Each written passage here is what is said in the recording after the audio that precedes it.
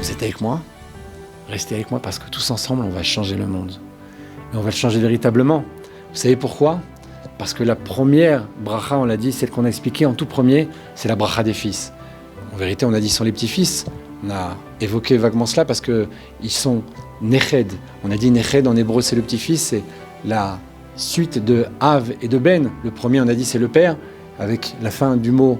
À la fin du mot Av, on a la lettre Bet qui donne Ben, la première lettre du mot fils, et puis la dernière lettre du mot fils qui est Nun, eh bien c'est la première lettre du Neched, du petit-fils. Donc vous voyez que c'est pas par hasard que Yaakov a béni ses petits-fils, parce qu'il est lui-même le petit-fils, il va bénir aussi ses petits-fils. Mais qu'est-ce qu'on voit à travers ça? On voit qu'ils sont deux. Et d'ailleurs, vous regarderez au cours de l'histoire, au cours des parachiotes et de toute l'histoire du Ham Israël, ils étaient toujours deux. Lorsque Moshe va voir Paro, il n'est pas seul, il va avec Aaron. Au point même que le verset nous dit parfois Moshe et Aaron et parfois Aaron et Moshe. Et là, Rashi pose la question, il dit mais pourquoi l'ordre est inversé? Pourquoi une fois comme ça? Pourquoi dans l'ordre inverse? Il dit pour nous dire qu'ils sont égaux tous les deux. Égalité absolue. Cette égalité-là, c'est leur force. Ils représentent, d'après la Kabbalah, le pied droit et le pied gauche. Ils marchent ensemble. Et ils vont contre Paro se battre au point qu'ils vont faire sortir le Ham Israël, le peuple juif d'Égypte. Pour réussir à faire ça, il fallait qu'ils soient deux. Au moment de Pourim, vous le savez tous, ils étaient deux aussi. Mordechai et Esther, on parle des deux. Aussi sur un pied d'égalité. On n'évoque pas tellement que Mordechai soit supérieur. Bien qu'on dit que Esther fait ce que Mordechai lui demande. Et puis dans la Megillah aussi, dans la suite, on voit que Mordechai va accomplir ce que Esther lui a demandé. Alors vous voyez là, ici, également, que l'un et l'autre font ce que son prochain lui demande d'accomplir. Donc on voit ici une égalité absolue. Chacun fait ce que l'autre lui a dit de faire. Et les deux ensemble vont vaincre Haman, vont réussir à transformer Achashverosh et vont libérer le peuple juif tout entier. Ils étaient deux eux aussi. Ephraim et Menaché sont deux.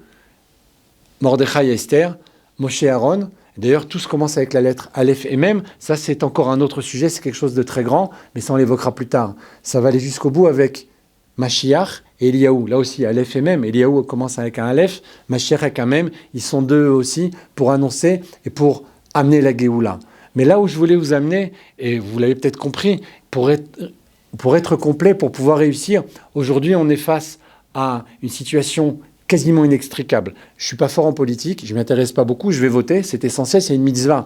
Pour ce qui est de la politique elle-même, je ne suis pas très bon, mais une chose est sûre, on est ici en Israël, après 2000 ans d'exil, et nos dirigeants, eh bien, ce sont quelque part les Nessim, ce sont les princes, même si ce ne sont pas des gens spécialement religieux, ils ont une responsabilité, ils ont un pouvoir très très fort sur la majorité du peuple juif qui est maintenant revenu sur sa terre. On voit très bien qu'il y a quelque chose d'indécis, on voit que les élections sont revenus encore une fois, se reproduisent. On voit des tas de changements. Je ne peux pas vous raconter exactement parce que moi-même, je sais par des bruits de couloir ce qui se passe. Je ne suis pas très au courant des informations. Ça ne m'intéresse pas plus que ça.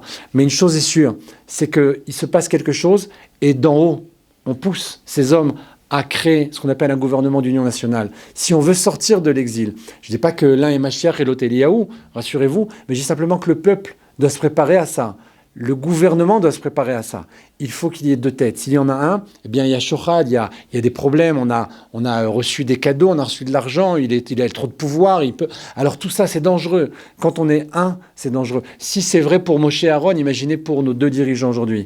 Ce qu'il faudrait en fait, et en espérant que quelqu'un fasse passer ce message à ces hommes-là, bien qu'il ne faut pas être trop naïf, il est évident que la raison d'État et puis les intérêts personnels, l'égoïsme, la politique, tout ça a pris le dessus sur ce qu'était le peuple juif dans son essence.